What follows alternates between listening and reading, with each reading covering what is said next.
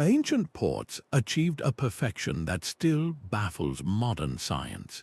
This video uncovers the hidden mathematical language they used, a lost science connecting celestial patterns to the stones beneath our feet. You will learn to see these ruins not as random piles of rock, but as a deliberate geometric code. How did builders without computers create harbors that survived for millennia?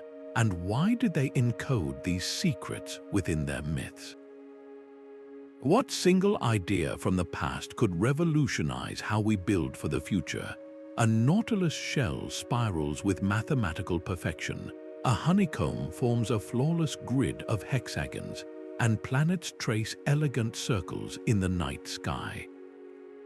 To ancient observers, these were not random accidents of nature. They were signatures of a divine architect, a hidden code written into the fabric of reality itself. This was the birth of sacred geometry, a universal language of shapes and ratios believed to hold the key to cosmic harmony. Philosophers like Plato spoke of a world of perfect forms behind our own, and for the master builders of the ancient world, this was not just philosophy. It was a practical manual. They looked at the unshakable stability of a triangle, the infinite continuity of a circle, and the balanced order of a square, and they saw tools. These shapes were symbols of cosmic principles, yes, but they were also the blueprints for creating structures that resonated with the fundamental order of the world. So how does an abstract circle drawn in the sand become a thriving, storm-proof harbor? The challenge of the port was the ultimate test. It was the chaotic, violent frontier where the solid certainty of land met the raw, untamed power of the sea. To build here was to negotiate with nature itself. The builders realized that a harbor designed with the same proportions found in a seashell or a solar system could achieve a miraculous stability. It could calm the waters, resist the relentless filling of silt, and become a permanent sanctuary for ships. The geometry was the translator, turning cosmic law into stone and water. A single circle drawn in the sand contains a universe of meaning. For the master builders, this shape was the ultimate symbol of wholeness, a boundary that defined a sacred space of unity and protection. It mirrored the cycles they observed all around them, the path of the sun, the phases of the moon, and the rhythmic pulse of the tides that brought life-giving trade. This was not a vague philosophical idea, it was a practical design solution. When they laid out a harbor, they often shaped it as a circle or a gentle crescent. Imagine standing on a breakwater that curves gracefully into the sea. Instead of a straight wall taking the full force of the waves head-on, this curved structure guides the water, coaxing its energy to spread out and dissipate gently along its length. It is a conversation with the ocean, not a confrontation. Archaeological studies of ancient ports like those in the Mediterranean reveal breakwaters engineered with this precise, curved form. The result was a miraculously calm inner basin, a sheltered eye in the storm where ships could rest safely. This circular design created a self-contained world, a microcosm of order amidst the chaos of the open sea. It functioned with the elegant efficiency of a living cell, its protective membrane allowing for exchange while maintaining its integrity. Within this protected wholeness, a new question naturally arose. If the circle defines the sacred space, what lies at its very heart? That central point within the circle, the harbor's still heart, demanded a connection to something greater. This brings us to the second principle, the central axis and the world navel. Think of a grand avenue, a perfectly straight line carved from stone and ambition, running from the city's main temple or palace directly down to the bustling waterfront. This was not merely a convenient road for merchants. It was considered the world navel, the axis mundi, a sacred channel linking the human realm directly to the divine. In countless myths, this was the path walked by gods and heroes, a bridge between worlds. In the practical world of city building, it became the ultimate organizing line, turning a chaotic settlement into a coherent, symbolic whole. Historians note that in legendary ports like Alexandria, the main thoroughfare, the Canopic Road, was meticulously aligned with the rising sun on a specific day of the year. This was celestial engineering. For a sailor navigating by the stars, that gleaming path, visible from the sea, was a brilliant and unmissable beacon guiding them home. The axis did more than just organize traffic. It directed the very energy and identity of the city, reinforcing the port's sacred role as a crossroads of earth, sea, and sky. It was a spine of stone infused with starlight that gave the entire urban body its purpose and direction. This profound fusion of spiritual belief and practical necessity reveals a blueprint where every street and stone was part of a larger cosmic order.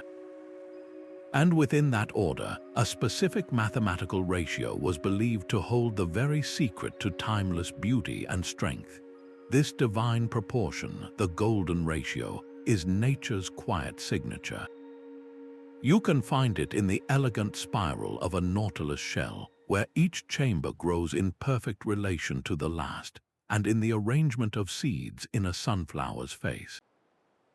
It is a mathematical constant, approximately 1.618, that seems to underpin our very sense of beauty and balance. Ancient harbor engineers appear to have understood this intuitively. When they laid out a new port, they did not simply dig a random hole in the coastline. They designed the entire basin, the length of its breakwaters, and the spacing of its quays according to these harmonious proportions. Archaeological measurements of ancient Mediterranean harbors often reveal a fascinating pattern. The length of the main basin compared to its width frequently comes very close to this golden number. Why would this matter for a working harbor? A rectangle built on phi is not just visually pleasing, it is functionally superior. Its specific dimensions help to minimize the chaotic sloshing of water, known as resonance, that can make a harbor dangerously turbulent. This created a naturally calmer, more stable body of water for ships to dock within. It was a way of borrowing the effortless efficiency of a seashell or a branching tree and building it directly into the landscape. The harbor itself became a living part of the natural order, a space that felt inherently right because it echoed the same patterns that nature uses to build. This quest for perfect proportion, however, needed a foundation of unshakable strength. It needed the enduring power of the triangle. While the golden ratio brought harmony to the harbor's basin, it was the unyielding strength of the triangle that held everything together against the sea's raw power. A triangle is the simplest and most stable of all shapes, a fundamental truth that ancient builders observed in the skeleton of a leaf, the structure of a mountain, and the frame of their own bodies. They saw this principle and applied it with profound ingenuity to their most vulnerable structures. When constructing breakwaters, they did not merely pile stones into a straight wall. They designed them with triangular layouts, creating a series of interlocking projections that anchored the entire structure to the seafloor. This technique, known as triangulation, worked by distributing the immense force of a crashing wave across multiple points, preventing any single section from bearing the full brunt alone. It is the same principle that gives a modern truss bridge its remarkable strength, transforming a heavy load into a manageable force shared by the entire network. Archaeological work at Phoenician ports reveals how massive stone blocks were carved and arranged in sophisticated triangular patterns, locking together under their own weight without any need for mortar. These stone puzzles, fitted with incredible precision, created seawalls that have withstood centuries of storms and even seismic shifts. This geometric resilience was more than just advanced engineering, it was deeply symbolic. In mythology, the triad represents a perfect balance among opposing forces, a sacred stability found in the trinity of land, sea, and sky. The builders were not just fighting the ocean, they were seeking a balanced relationship with it, using the triangle's inherent stability to create a lasting peace at the turbulent frontier. With this unshakable foundation in place, the challenge then became one of pure organization, of bringing human order to the vibrant chaos of a working waterfront. This geometric order found its ultimate expression in the sacred grid. Conceive of a vast city plan where every street and canal intersects at perfect right angles, creating a precise checkerboard of land and opportunity. From the meticulously planned cities of the Indus Valley to the formidable ports of the Roman Empire, this was not merely a matter of efficient traffic flow. It was a profound philosophical statement, a human-made microcosm of the divine cosmic order. On the bustling waterfront, this logic became pure function. Warehouses, markets, and docks were arranged in perfect perpendicular blocks, forming a logical, easily navigable system that allowed for the rapid movement of immense volumes of goods and people. Scholars suggest this rigid layout reflected a deep-seated desire to impose human rationality onto the wild, untamed edge of the continent. It was a second creation, built according to what they believed were the flawless geometric principles of a divine architect. The predictability of right angles and parallel lines offered a psychological and practical bastion of control against the inherent unpredictability of the sea. A sailor, after weeks navigating by the stars and fighting capricious winds, could sail into a harbor where the entire world was organized into a rational, knowable pattern. This geometric clarity enabled these ancient hubs to evolve into true powerhouses of trade and culture, functioning with the seamless coordination of a well-oiled machine.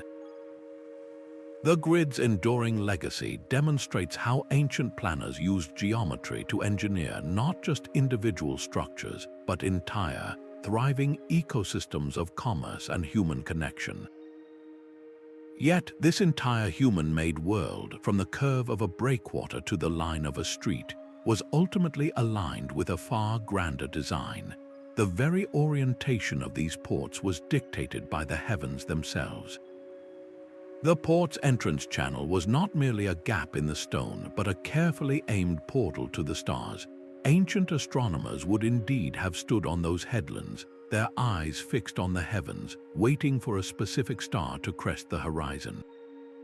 They were aligning the entire harbor with the cosmos, turning the man-made structure into a permanent celestial guide.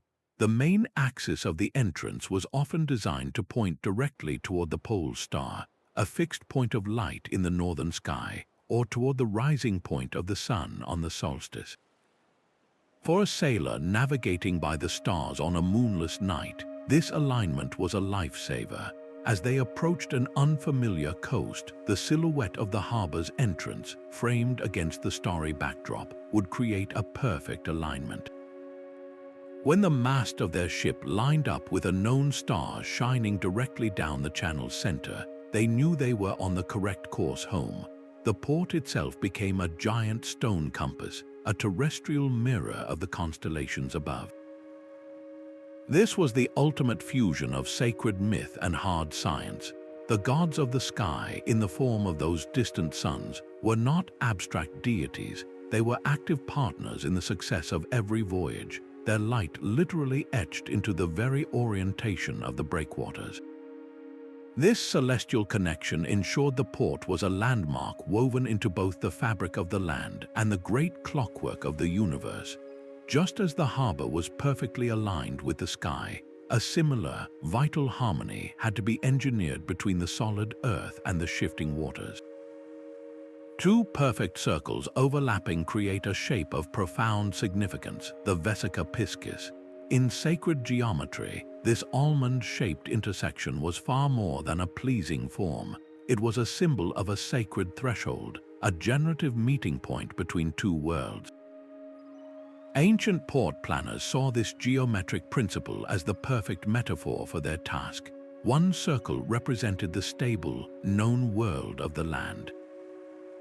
The other represented the fluid, mysterious realm of the sea. The port itself was the mandorla, the magical space of intersection where these two opposing forces met and mingled. This was not merely a place for docking ships. It was a transformative zone where goods, ideas, and cultures flowed into one another. The selection of a harbor site was therefore a sacred act, a deliberate choice to build upon this geometric symbol of creation and union. The very geography of a natural bay or a river mouth often mirrored this Vesica shape, a sign from the landscape that this was the right place to build. But the builders did not stop with the metaphor, they engineered it into reality. The entrance to a harbor, the critical passage from the open sea into the sheltered basin, was frequently designed with this precise geometry in mind. Instead of a simple, straight cut, the harbor mouth might be subtly shaped, its sides curving to form that symbolic almond. This was brilliant fluid dynamics disguised as sacred art. That gently tapered shape naturally guided the flow of water, reducing turbulent eddies and making the passage safer for vessels navigating the narrow channel. It managed the powerful energy of the tides, allowing for a smooth and controlled exchange between the inner calm and the outer chaos. In this way, the port became a living expression of balance, a place where the conflicting energies of solid earth and shifting water were not just contained but harmonized. The Vesica Piscis ensured the harbor was a true interface, a geometric lens that focused the raw potential of the sea into the productive order of the city. With a perfect location and form established through this sacred intersection, the builders then turned their attention to the very stones that would give this vision permanent form. A closer look at the stonework reveals a hidden order within the apparent chaos. Each massive, irregular block in an ancient breakwater was not simply dropped into place. It was a uniquely carved piece of a grand, three-dimensional puzzle. The resulting pattern of interlocking pentagons and hexagons is not a random assortment. It is a fractal design, a geometry that repeats its logic from the smallest joint to the entire seawall. This self-similar arrangement is a masterpiece of engineering intuition. When a colossal wave crashes against a wall made of uniform, rectangular blocks, the force travels in a straight line, seeking out the weak points between the stones. But a fractal wall presents no such simple path. The energy of the impact is forced to branch out, fracturing into countless smaller pathways that dissipate harmlessly throughout the entire structure. It is the difference between a single, solid door being battered down and a dense, tangled thicket that simply absorbs and scatters the assault. This is the same resilient logic found in a dry stone wall, a natural crystal lattice, or even the jagged, indented outline of a coastline. The ancient builders were not just stacking rocks, they were mimicking nature's most robust and enduring forms. The strength of a single stone was secondary to the emergent power of their collective, geometric arrangement. This intricate masonry acted as a single, cohesive skin, flexible enough to shift minutely under pressure, yet robust enough to remain unbroken for centuries. It was a lesson in unity, where the whole became infinitely greater than the sum of its parts. With the stones themselves forming such a resilient barrier, the next challenge was to choreograph the very water they were meant to tame. The harbor's geometry was designed not just to be seen, but to be heard. Beyond the visual perfection of circles and triangles lay an invisible layer of engineering, a subtle manipulation of sound and wave energy. Some researchers suggest that the specific curvature of ancient breakwaters was no accident. It was an application of acoustic geometry. The idea is that incoming waves striking these carefully shaped walls would be reflected at precise angles. When these reflected waves met new incoming waves, they could theoretically cancel each other out, creating pockets of calm water through a phenomenon called destructive interference. While the ancient builders may not have had the mathematical formulas we use today, they possessed a deep, empirical wisdom born from generations of observing the sea. Through long experience, they learned which shapes produced the most tranquil basins, and they codified these successful forms into sacred geometric rules.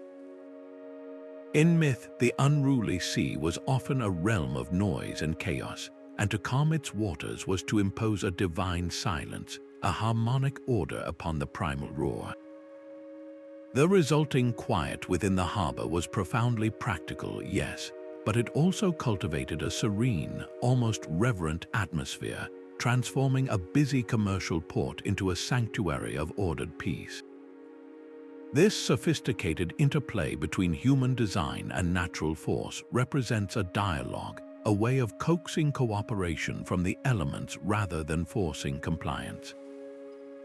And just as they learned to choreograph the movement of water, the ancient engineers applied the same thoughtful principles to the unseen currents of the air, directing the very breath of the sky to serve their needs. The wind itself was a force to be mapped and obeyed. Ancient mariners charted these invisible currents on a tool called the wind rose, a circular diagram that divided the horizon into precise geometric segments, each named for a dominant wind. This was far more than a navigational aid for the open sea. It became the foundational blueprint for the port itself. The entire layout of the harbor, from the angle of the main quay to the orientation of the warehouses, was deliberately aligned with these favorable winds. A sailing vessel, entirely at the mercy of the breeze, could be guided into its berth as if on an invisible track, its entry and exit made effortlessly smooth by this foresight. This geometric foresight extended to public health as well. By aligning the main streets and canals with the paths of the prevailing winds, the builders engineered a natural ventilation system for the entire city. Fresh, clean air was channeled continuously through the dense urban fabric, sweeping away stagnation and the associated health challenges of crowded living. The division of the circle into 8 or 12 parts was not arbitrary. It was a precise mathematical framework that translated abstract climatic data into a living, breathing urban form. This was applied sacred geometry at its most practical, creating a port that was a responsive partner to its environment. The harbor did not simply exist on the coastline, it conversed with the sky, its very streets and structures shaped by the same winds that filled the sails of the ships it served. This deep integration with one natural force naturally demanded a similar harmony with another, the fundamental energy of light and warmth. Sunlight itself was a material in the ancient builders' toolkit. They understood the sun's path not as a random arc, but as a precise, predictable geometry that could be harnessed. Across the port complex, from the Grand Temple to the bustling customs house, they engineered light wells and aligned courtyards to capture this celestial resource. Their calculations, based on the solstices and equinoxes, allowed them to design structures where the sun's rays would pierce a specific doorway or illuminate a particular altar at an exact moment. On the day of the summer solstice, for example, a shaft of light might travel down a long, narrow corridor to spotlight a sacred symbol, marking a high point in the ceremonial year. This was architecture as a timekeeping device, a giant sundial carved from stone that marked not just the hours, but the very seasons of human and agricultural life. The practical benefits were immense, flooding administrative centers with natural light for record keeping and illuminating warehouses to ensure goods were properly inspected. But the effect was also deeply spiritual. The port did not merely exist under the sun, it interacted with it, its shadows and bright spots shifting in a daily and yearly dance. This dynamic play of light and shadow transformed static stone into a living, breathing entity that was intrinsically connected to the cosmic order. The port's relationship with the heavens, however, was a dialogue with two primary voices. Just as the sun governed the day, another celestial body held sway over the rhythm of the waters lapping at its keys. The moon's silent pull dictated the very pulse of the port. Ancient scholars meticulously tracked its phases, from a slender crescent to a brilliant full disk, not as mere observers but as active participants in a cosmic dialogue. They recognized a profound geometric relationship, a celestial dance between the earth, moon, and sun that governed the relentless rhythm of the tides. While their understanding was framed in symbolic terms rather than modern scientific formulas, their predictive power was remarkably precise. This knowledge was etched directly into the harbor's stone. Engineers designed sophisticated tidal gates and sluice channels that operated like geometric valves, harnessing the tidal energy to flush silt from the basins with each outgoing cycle. The gentle, calculated slope of the harbor floor was not arbitrary. It was graded to ensure that at low tide, the water receded in a controlled manner, leaving crucial docking areas accessible and preventing ships from being left stranded in the mud. In myth, the moon was a powerful deity ruling the seas, and by honoring its cycles through intelligent design, the builders were effectively seeking a harmonious partnership with these forces. The practical brilliance of this approach was a port that remained fully operational through the constant change, a hub of commerce seamlessly integrated with the lunar clock. This deep synchronization of earthbound geometry with celestial rhythm represents a holistic vision of engineering, where human ingenuity worked with natural cycles rather than against them. The accumulated wisdom behind these 12 principles was far too valuable to be left to chance or simple word of mouth. These stories were not mere entertainment, they were the living memory of a civilization. When a myth describes a god descending to measure the foundations of a city with a golden cord, we might be hearing a poetic account of master surveyors laying out a sacred grid with their ropes and stakes.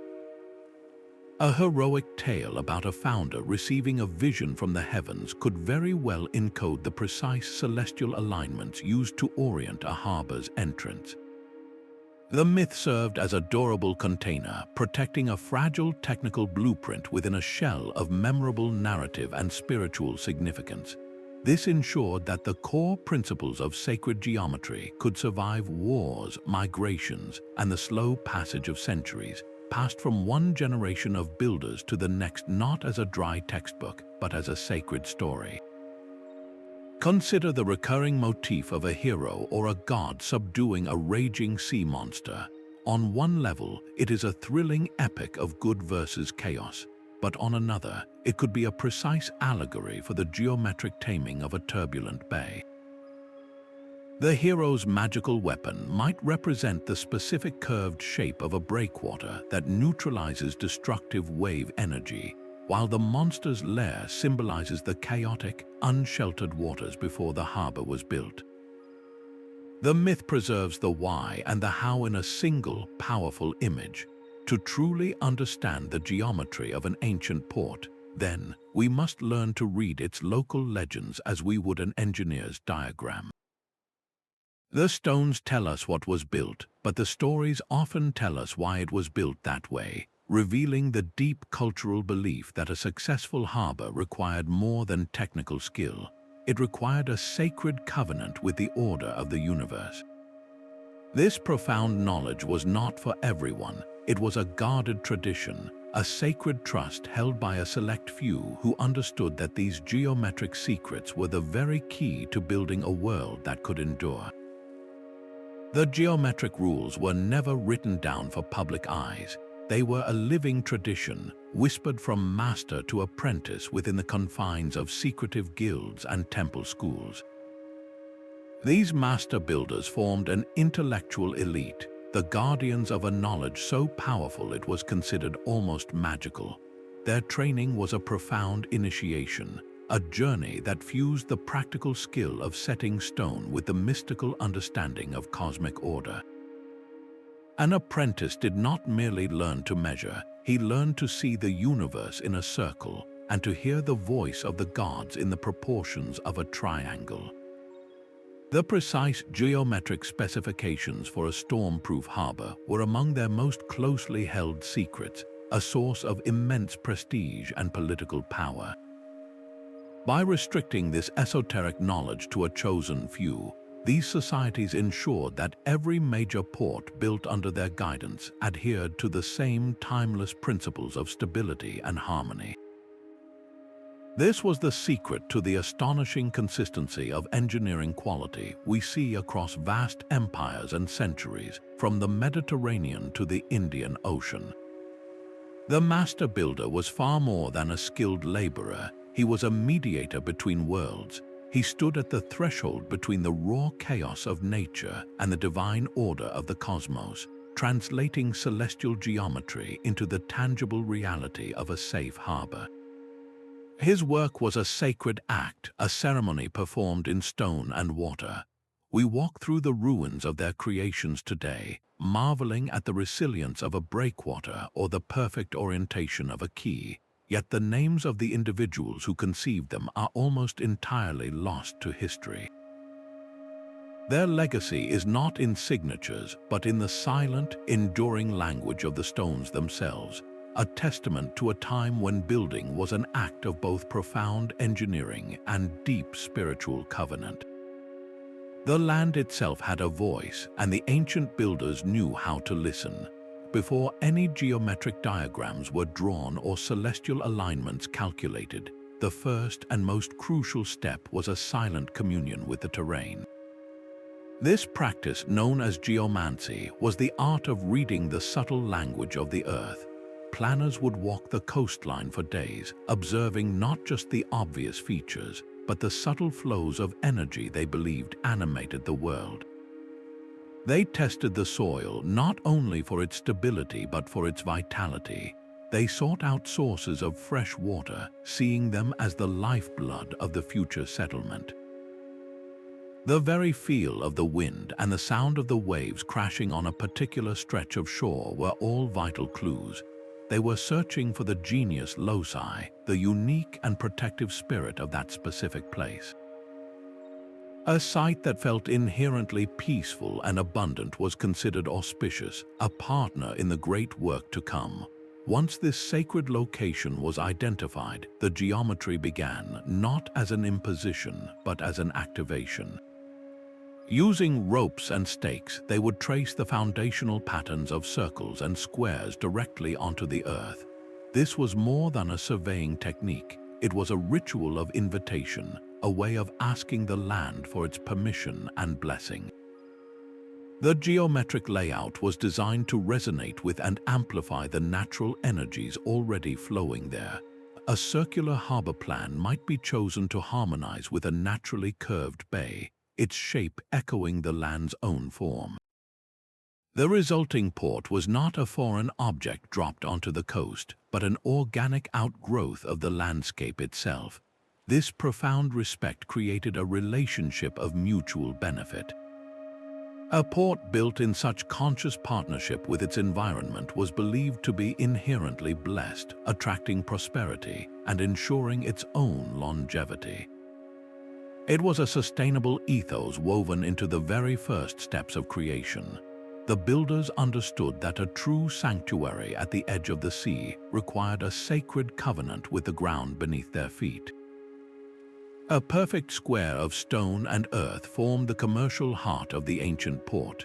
This central plaza, laid out with geometric precision, was far more than an open space. It was a profound statement of stability and order in a world defined by the fluid chaos of the sea. Its four equal sides, facing the cardinal directions, represented a comprehensive embrace of the world. Each side could be seen as one of the four classical elements: earth, air, fire, and water, all coming into balance here at the world's crossroads. This was the domain of the material world, a place where goods were weighed, contracts sealed, and the law of the land was administered from imposing civic buildings that framed the square. The absolute certainty of its right angles created a psychological and physical level field. In this geometrically perfect space, a merchant from a distant land could feel a sense of inherent fairness, a place where the rules were clear and the playing field was literally squared. This organized clarity allowed the vibrant, often chaotic energy of global commerce to flow in a structured, manageable way. The square served as the anchor, the stable counterweight to the harbor's dynamic circles and fluid curves. While the circular breakwater negotiated with the sea, the square marketplace enforced the order of the land. This essential balance between the static, reliable square and the dynamic, living circle was the fundamental key to the port's enduring function. It was a system of checks and balances rendered in stone, a dialogue between permanence and flow, and from this stable center, the energy of the entire port would often unfold in a far more dynamic pattern, the continuous and generative path of the spiral. The spiral was the port's dynamic engine, a geometric form in constant motion.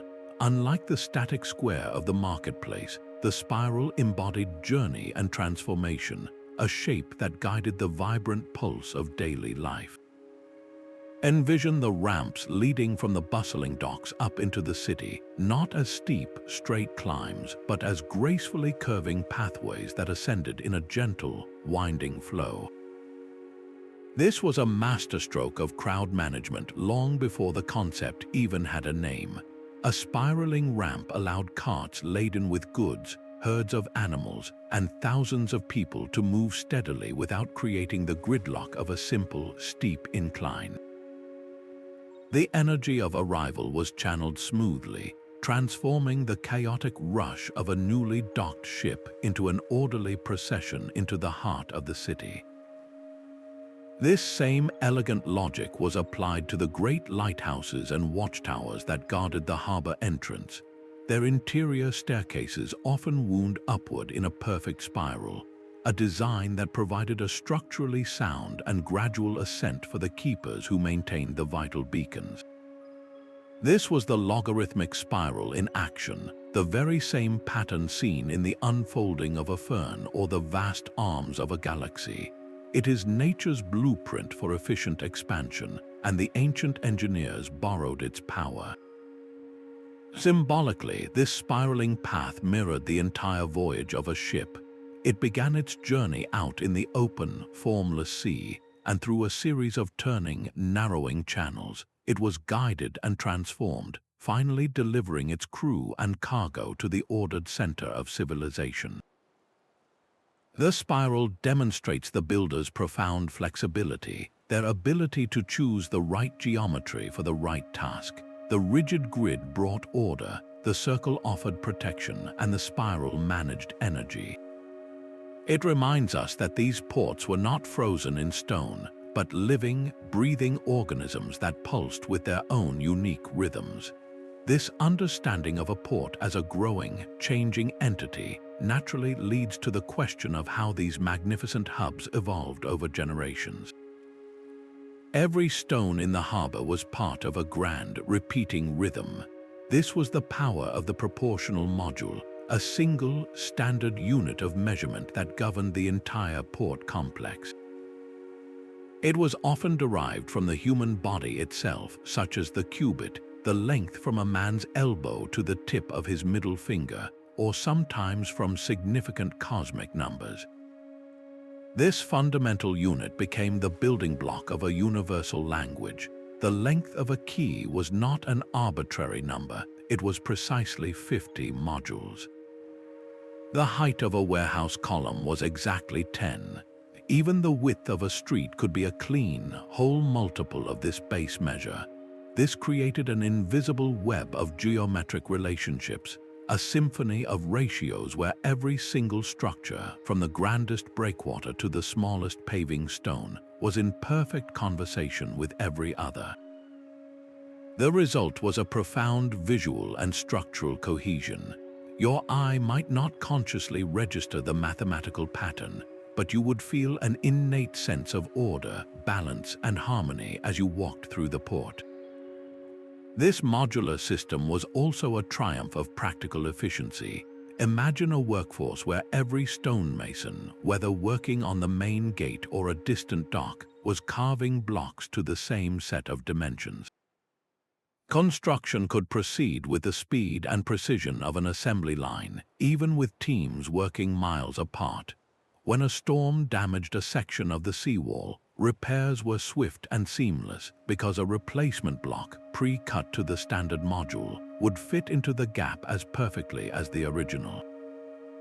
This was geometry applied as a system of mass production and quality control, ensuring that the entire port could be built, maintained, and expanded with consistent excellence.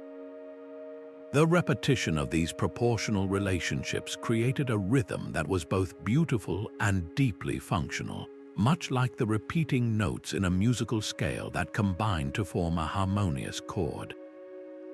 The port itself became a physical symphony where the different-sized elements, from the deep bass of the breakwaters to the higher pitch of the colonnades, all sounded together in perfect accord. This meticulous attention to the smallest relationships reveals that the secret geometry was not merely a grand concept for the overall plan. It was a precise language spoken in the dimensions of every single stone. The Pentagon's fivefold symmetry was a whisper of life itself, found in the delicate petals of a rose and the robust form of a common starfish. This shape resonated with themes of vitality and organic perfection. Within the sprawling geometry of a port, its presence was more subtle than the foundational circle or the practical square, but no less profound. A temple dedicated to a sea god, positioned to watch over the harbor entrance, might have been laid out upon an invisible pentagonal grid. Constructing a perfect pentagon with only ropes and stakes was a task of immense skill, a demonstration of a master builder's deep understanding of ratio and form. This was not an act of simple decoration. By embedding this symbol of life and health into the port's very fabric, the community sought to bless all who sailed from its shores.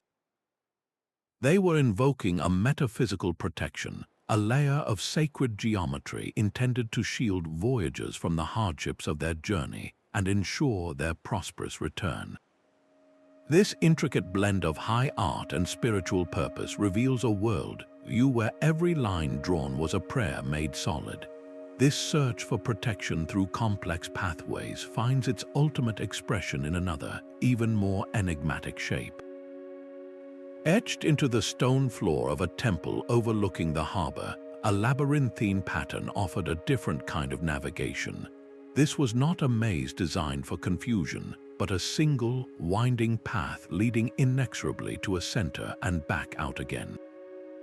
Its complex geometry served as a powerful spiritual defense, a symbolic filter for a place constantly exposed to the outside world.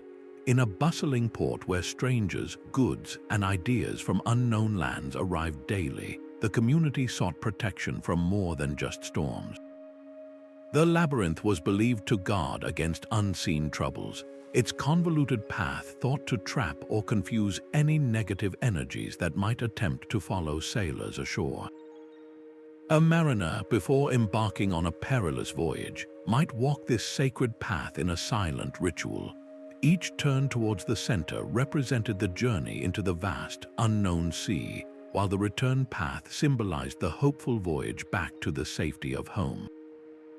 This physical act was a form of purification and a prayer for safe passage, transforming the abstract anxiety of a long journey into a manageable, geometric ceremony. The labyrinth's design provided profound psychological comfort, reinforcing the idea that even the most daunting journey has a defined beginning, a challenging middle, and a blessed end. It shows us that the ancient builders used geometry not just to calm waters, but to calm the human spirit, creating a sense of sacred order in a world full of tangible and intangible dangers. This intricate symbol, carved at the very threshold of land and sea, completes the picture of a port as a holistically protected space. Yet all of these principles, from the grand curve of a breakwater to the winding path of a ritual labyrinth, needed to be translated into a practical tool for those who would build and maintain the harbor across generations. A harbor master's most precious possession was not a chest of gold, but a carefully rolled sheet of leather or papyrus. These ancient sailing guides, known as peripli, translated the vast, intimidating expanse of the sea into a manageable geometric diagram. Coastlines were not drawn with photographic realism, but rendered as a series of elegant arcs and decisive angles, a stylized shorthand that a navigator could recognize from the deck of a swaying ship.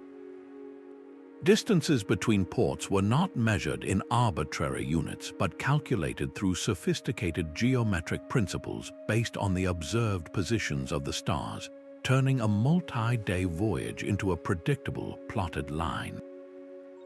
The very act of creating such a map was a monumental geometric puzzle, an attempt to project the curved surface of the Earth onto a flat plane.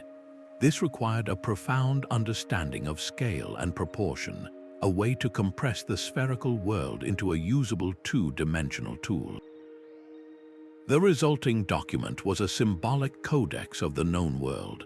A prominent cape might be exaggerated into a perfect triangle, a safe bay represented by a welcoming crescent, and a dangerous strait marked by a narrowing wedge.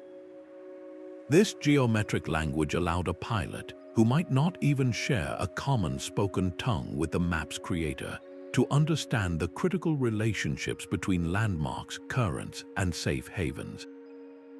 The way a port was depicted on this chart directly shaped its destiny. A harbor drawn with a large, prominent circle at a key junction in the trading routes was perceived as a major hub, attracting more ships, more wealth, and more political influence. Its geometric representation on the flat page cemented its role in the real-world network of commerce. The periplus was the essential link, the conceptual bridge that connected the local, sacred geometry of a single harbor to the global geometry of an entire civilization's worldview. It was the grand theory, the master plan that guided a captain across the trackless sea, while the port itself was the living, breathing practice, the final, graceful proof of that theory rendered in stone and water. Fresh water was the city's lifeblood, and its careful management required a geometry of its own. Beyond the bustling harbor, a hidden network of canals and aqueducts branched out, designed with the same meticulous precision as the breakwaters themselves. These were not simple ditches for drainage. They were engineered waterways, their every angle and gradient calculated to command the flow of water with quiet authority.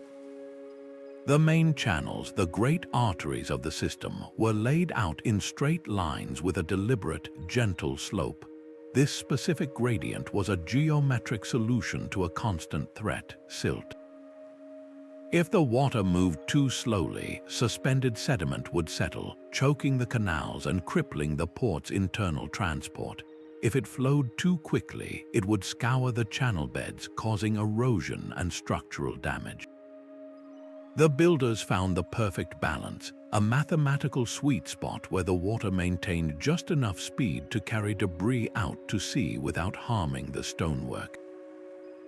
At the junctions where these major canals met, the harsh 90-degree turn was often avoided. Instead, the builders introduced smooth, curving transitions. This elegant geometry reduced turbulence, guiding the water around the corner as one might guide a friend through a doorway, preventing the chaotic eddies that would otherwise eat away at the walls. This intricate system mirrored the human body's own design. The broad, straight aqueducts functioned as mighty arteries, bringing fresh water from distant springs into the city's heart. From there, smaller, branching canals acted as capillaries, delivering this vital resource to public fountains, bathhouses, and the workshops of artisans. This hydraulic network was a masterpiece of civil engineering, a testament to the belief that the same geometric laws governing the cosmos could also solve the most practical challenges of urban life. The port's survival depended as much on this internal, geometric circulation as it did on its mastery of the sea. An octagonal tower stands firm against the shifting sea winds. This eight-sided form is a geometric bridge, a perfect mediator between the stable, earth-bound square and the boundless heavenly circle. It captures the essence of both, offering the strength of right angles and the fluid continuity of a curve. More than just a shape, the octagon was the physical embodiment of the ancient wind rose, the very diagram that gave sailors their bearings on the open ocean. Some of the most critical structures in a port complex, particularly watchtowers and the sturdy bases of great lighthouses, were deliberately built on this eight-sided plan. Why choose such a complex form? The geometry itself provided an incredible structural advantage. The 8 facets distributed stress evenly, creating a tower resilient to the relentless, multi-directional pressure of coastal gales. But its true genius was in its function. A sentinel standing within an octagonal lookout had 8 clear, unobstructed views of the horizon, a complete 360-degree field of vision. He could spot a returning trade vessel from the south or a brewing storm from the north with equal clarity, making the structure an ideal nerve center for maritime awareness. This design fostered a mindset as much as it fulfilled a practical need. The octagon was a constant, stone-carved lesson in adaptability. It symbolized the necessity to respond with intelligence and grace to change arriving from any direction. A successful port had to be more than a physical shelter. It had to be an economically and socially agile entity, capable of weathering shifts in trade routes, political alliances, and of course, the ever-changing moods of the weather. The octagon thus stands as a profound testament to an ancient ideal, the desire to create structures that were not only physically unshakable, but also spiritually and intellectually responsive to the unpredictable flow of fortune. The silent geometry of the past is now finding its voice in the laboratories of modern coastal engineers. Today's researchers, armed with powerful computer simulations, are confirming what ancient builders understood through observation and tradition. They are discovering that a gently curved breakwater, a hallmark of sacred circular design, is often far more effective at calming waves than a stark, straight wall. The sea's energy, when met with a graceful curve, is coaxed into dissipating rather than being reflected with destructive force. This is not a coincidence, it is the validation of an ancient hydrodynamic principle. This revival extends to the very texture of our coastal defenses. The concept of building with nature involves creating shorelines that mimic natural, fractal patterns, such as the intricate roots of mangroves or the complex surface of a coral reef. These living breakwaters, with their countless nooks and crannies, absorb wave energy in the same way an ancient fractal wall did, by forcing it to branch and break apart. Modern simulations reveal that the specific geometric layouts of harbors from the Mediterranean to the Indus Valley were exceptionally good at managing the complex interplay of currents, tides, and sediment. What was once considered mystical intuition is now recognized as a profound form of proto-science, a body of knowledge built on generations of meticulous environmental observation. In an era defined by rising seas and intensifying storms, this ancient quest for harmony between human construction and the natural world is more urgent than ever. The wisdom encoded in those old stones offers a powerful lesson for our future, a reminder that true resilience lies not in dominating nature, but in learning to build with its own timeless logic. A laser scan reveals a geometry invisible to the naked eye. This is the modern quest where archaeologists and mathematicians join forces, using tools like LiDAR to peel back the layers of time. From the air, lasers map the subtlest contours of a collapsed breakwater, while on the ground, three-dimensional models reconstruct a harbor basin to the millimeter. These digital ghosts of stone allow researchers to measure with a precision the original builders could only dream of achieving. The true detective work begins when they overlay geometric templates onto these perfect digital plans. They can test a hypothesis in seconds, asking if the curve of a seawall matches a perfect arc of a circle, or if the ratio of the main basin's length to its width resolves to the golden number. Time and again, the results are startling. A key, long thought to be haphazard, is found to point directly at the solstice sunrise. A network of canals reveals itself as a perfect fractal grid. This is not random chance, it is the confirmation of a deliberate, sophisticated application of mathematical rules. Each of these discoveries is a recovered word from a lost language. The ruins begin to speak, telling us that what we see as a jumble of rocks was once a carefully composed equation. The ancient master builder's intellectual world, once shrouded in myth and secrecy, is slowly being reconstructed, one precise measurement at a time. This decoding is an open-ended adventure, a conversation across millennia where every scan and every calculation promises to uncover another secret still sleeping beneath the sand. These ancient ports were a bold declaration in stone, a statement that the universe is not a realm of random chance, but a system of profound and beautiful order. Every curved breakwater and aligned street was a physical argument against chaos, a demonstration that the human mind could discern the underlying logic of creation and use it to build a sanctuary.